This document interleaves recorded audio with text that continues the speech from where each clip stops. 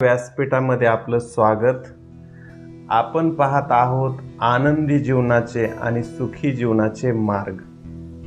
मित्रांनो, आपण आतापर्यंत बऱ्याचशा विषयावर चर्चा केली, बऱ्याचशा विषयामध्ये आपण थोडं काही मांडण्याचा प्रयत्न केला, ज्यातून आपल्याला एक आनंदी आणि सुखी जीवन मिळेल। तसाच आजचाही विषय आहे की आपण बऱ्याच अंशी जगायचं राहून गेलो आणि बऱ्याच लोकांना हे वाटणं साहजिक आहे, कारण आयुष्याच्या प्रत्येक टप्प्यात वेगवेगळ्या ज्या गोष्टी असतात आणि वेगवेगळ्या ज्या अपेक्षा असतात त्या व्यक्तीच्या तशाच राहून जातात आणि तो जगायचं विसरून जातो। आपण जर काही आयुष्याचे 4 ते 5 टप्पे जर पाहितले तर सुरुवातीचा जो 5 ते 15 वर्ष म्हणजे 15 वर्षापर्यंतचा कार्यकाळ हा असा असतो की वेगवेगळे आपले सवंगडी असतात, कुटुंब असते, शाळा असते, आजूबाजूचा परिसर असतो। यामध्ये जगताना बऱ्याच गोष्टी असतात, उडी मारणे, पोहणे, काहीतरी गोंधळ घालणे, एकामेकांच्या मागे पळणे, अशा भरपूर छोट्या गोष्टी असतात ज्या त्या मुलाला 15 वर्षापर्यंत आनंद देत असतात।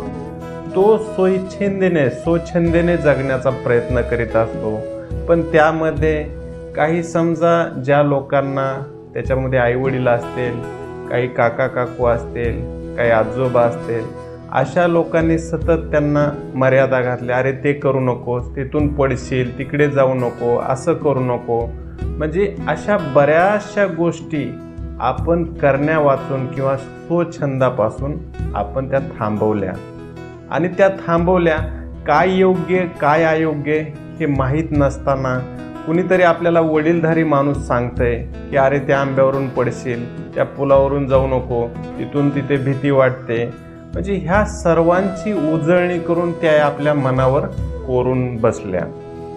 परंतु हा अभ्यासक्रम, हा मित्रसवंगडी, हा परिवार यांच्याबरोबर जगत असताना सतत एक कुतूहल होतं। ते कुतूहल असं असायचं, हे काय असेल, ते काय असेल, याचा उत्तर काय असेल, तो कसा जगला असेल, ही पृथ्वी काय असेल, आकाश काय असेल, आकाशगंगा काय असेल, ह्यो असाच का। म्हणजे अशा अनेक प्रकारचे जे कुतूहल प्रश्न असतात ते प्रश्न तो त्याच्या आईवडिलांना, आजूबाजूच्यांना, सवंगड्यांना, मित्र, वर्गमित्र या सर्वांना विचारत असतो आणि त्याबद्दल माहिती घेत असतो। त्यामध्ये बी त्याला मनासारखं नाचायचं असतं, मनासारखं बेधुंद गायचं असतं, मनासारख्या उड्या मारायच्या असतात, माकडासारखं खेळायचं असतं। अशा अनेक गोष्टी असतात त्या वयात। दुसऱ्यासारखं कपडे घालायचे असतात, दुसऱ्यासारखं नटायचं असतं, त्याच्यासारखं काहीतरी खरेदी करायचं असतं। अशा छोट्या मोठ्या सर्व ज्या अपेक्षा असतात त्या अपेक्षांना मुर्दन घालीत त्याची 15 वर्ष पूर्ण होतात आणि ह्या 15 वर्षात त्याच्या बऱ्याचशा इच्छेमधलं जग हे जगायचं राहून जातं आणि मग त्याला असं वाटतं चला हे राहिलेल्या गोष्टी आपण थोड्याशा पुढं करू। परंतु होतं काय, त्यानंतर सुरू होतो तो काळ करिअरचा। हा 15 ते 16 ज्यावेळेस 15 वर्ष वय संपतं आणि 16 पासून म्हणजे अंदाजे 16ला 10वी असते, 10वी पासून त्याची स्पर्धा सुरू होते, 18 वर्षाला 12वी असते। अशा प्रकारे तो 30 वर्षापर्यंत स्वतःचं करिअर घडावं ह्या हिशोबानं पळत असतो आणि मग ह्या काळात त्याला कुठंतरी स्थिर व्हायचं असतं। परंतु ह्याच काळात त्याला एखादं नाटक बघितलेलं असलं की स्वतःचं करिअर नाटकामध्ये करावं असं वाटतं। त्यानं काही एखादा गाणं कुणी गात असलं, ते गाणं चांगलं ऐकलं असेल तर त्याला गायक होण्याची कुठंतरी इच्छा झालेली असते। त्यानं एखादं संगीत ऐकलं तर संगीतामध्ये करिअर करण्याची इच्छा झाली असते। त्यानं एखादी चित्रकला चांगली पाहिली तर त्या चित्रकलेमध्ये त्याला करिअर करावं असं वाटतं। त्याला एखादा सायंटिस्ट पाहितला, एखादा नट पाहितला, एखादा नाटककार पाहितला, एखादा साहित्यकार पाहितला, एखादा कवी पाहितला, अशी जी बरीचशी जी पात्र आहेत या पात्रामध्ये कुठंतरी तो आपल्याला ठेवीत असतो आणि आपल्याला तशा प्रकारे आपली आवड जोपासून ह्या पात्रामध्ये उतरता येईल का याचा विचार करीत असतो. परंतु त्यामध्ये असे काही पात्र असतात त्याला खूप मनापासून ते आवडलेले असतात.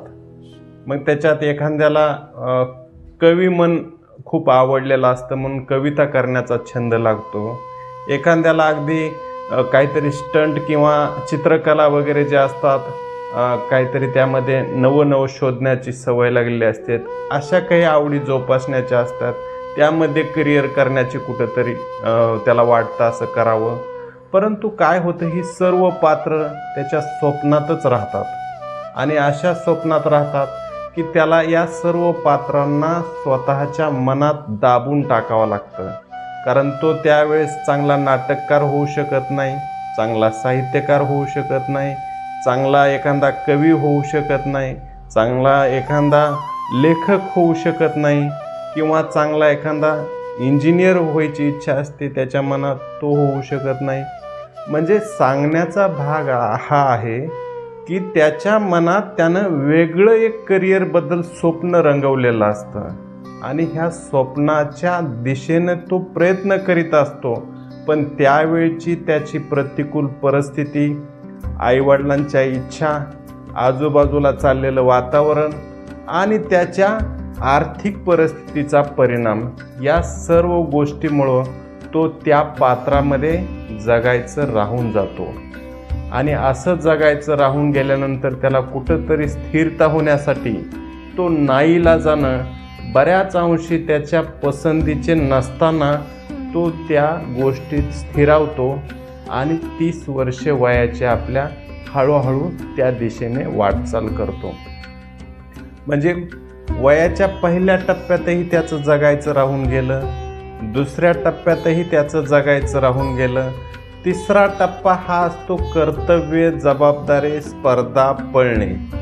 ह्या सर्व गोष्टीमुळे तो 30मध्ये आलेला असतो. त्याचं कुठंतरी त्याच्यावर दुसरी एक व्यक्ती त्याच्याबरोबर आलेली असते, सहचरणी असते. त्याच्याबरोबर पुढे मुलं होतात. त्या मुलांचा, पत्नीचा काही अपेक्षा वाढतात, त्यांची जबाबदारी असते. मग त्यामध्ये तो फक्त पळण्याचं काम करतो. म्हणजे कमवण्यासाठी पळ पळ, राब राब, काम काम, ह्या सर्व गोष्टीच्या पाठीमागे तो लागतो आणि तिथे कुठंतरी त्याला असं वाटतं छोटीफार सेविंग करावी, ज्यामुळं मुलांचं भविष्य होईल, मुलांना चांगल्या शाळा शिकवाव्यात, चांगल्या दर्जेदार स्कूलमध्ये किंवा जिल्हा परिषदमध्ये चांगले जे असेल तिथं शिक्षण द्यावं. परंतु त्यावेळेसही त्याच्या मनातून राहून जातं आणि त्याला अपेक्षाप्रमाणे त्या मुलांच्या करिअरमध्ये बी योगदान देता येत नाही. कारण तो पळत असतो. त्या पळण्यातून ज्याला ते मिळतं त्या मिळण्यापेक्षा त्याच्या अपेक्षा पुढं गेलेल्या असतात आणि मग ह्या काळात तो पळून जे जमवतो त्यावेळेस त्याच्यापाशी कोणाला बोलायला वेळ नसतो, कोणापाशी थांबायला वेळ नसतो, एखाद्या कार्यक्रमात जाण्यासाठी वेळ नसतो किंवा कोणाला तरी काहीतरी हितगुज करण्यासाठी वेळ नसतो. अशा वेळेस त्याला असं वाटतं कुठंतरी एकांतात जावं, कोणाबरोबर तरी गप्पा माराव्यात, कुणीतरी मित्र त्याच्याबरोबर आचारविचारांची देवाणघेवाण करावी, आपले काहीतरी एखादे छंद जोपासावेत, आरोग्याकडे लक्ष द्यावं, त्याबरोबरच आपण वेगळ्या गोष्टी कराव्यात, काहीतरी प्लॅनिंग करावी. ह्या सगळ्या गोष्टी अगदी तशाच राहून जातात आणि त्या तशाच मनात दबल्या जातात. अशा प्रकारे या काळात त्याचं आयुष्य जातं आणि त्याला जे करायचं असतं, त्याला जे जगायचं असतं ते राहून जातं. म्हणजे पहा, पहिला टप्पा तसाच जगायचा राहून जातो. दुसरा टप्पा अशा अपेक्षा करिअरमध्ये जे वेगवेगळे आपले इच्छा आकांक्षा असतात ते बी तसाच जगायचा राहून जातो.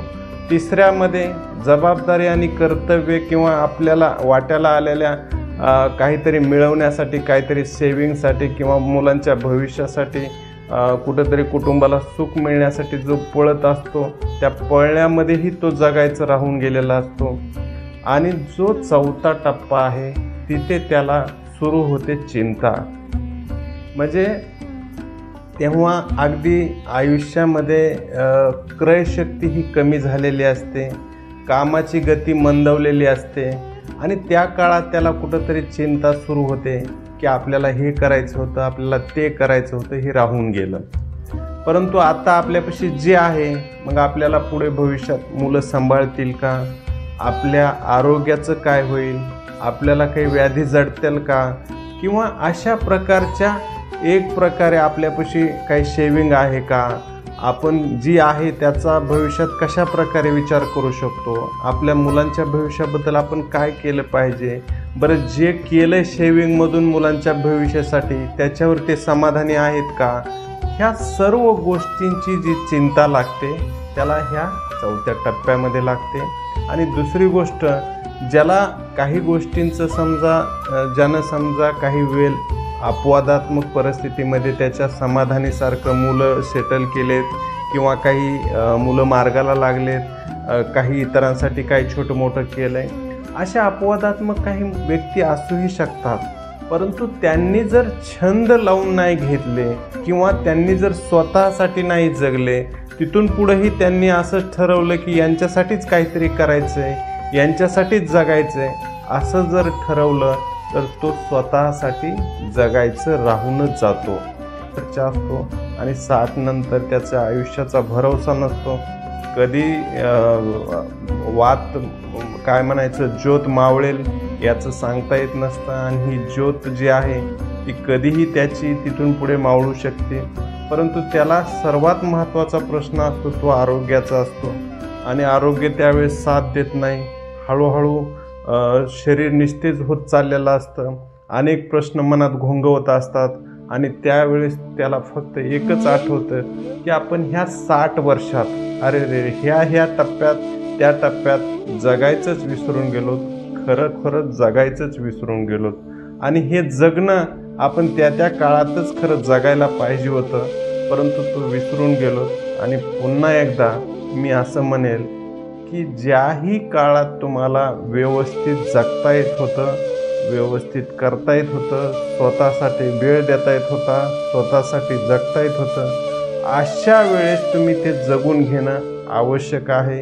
इथून पुढं तुम्ही 40च्या असो, 15च्या असो, 70च्या असो की 60च्या असो, ज्या काळात आहेत स्वतःसाठी जगा, स्वतःसाठी जगण्यासाठी वेळ द्या आणि स्वतःसाठी जो आनंद मिळेल त्याच्यामध्ये थोडासा तुम्ही विरंगुळा करा, तुमच्यामध्ये त्याची काही तुमची आवड जोपासा आणि तुमच्या स्वतःसाठी काही ना काही वेळ काढून जगा, एवढं या ठिकाणी म्हणेल. तुम्हाला जर व्हिडिओ आवडला असेल तर नक्की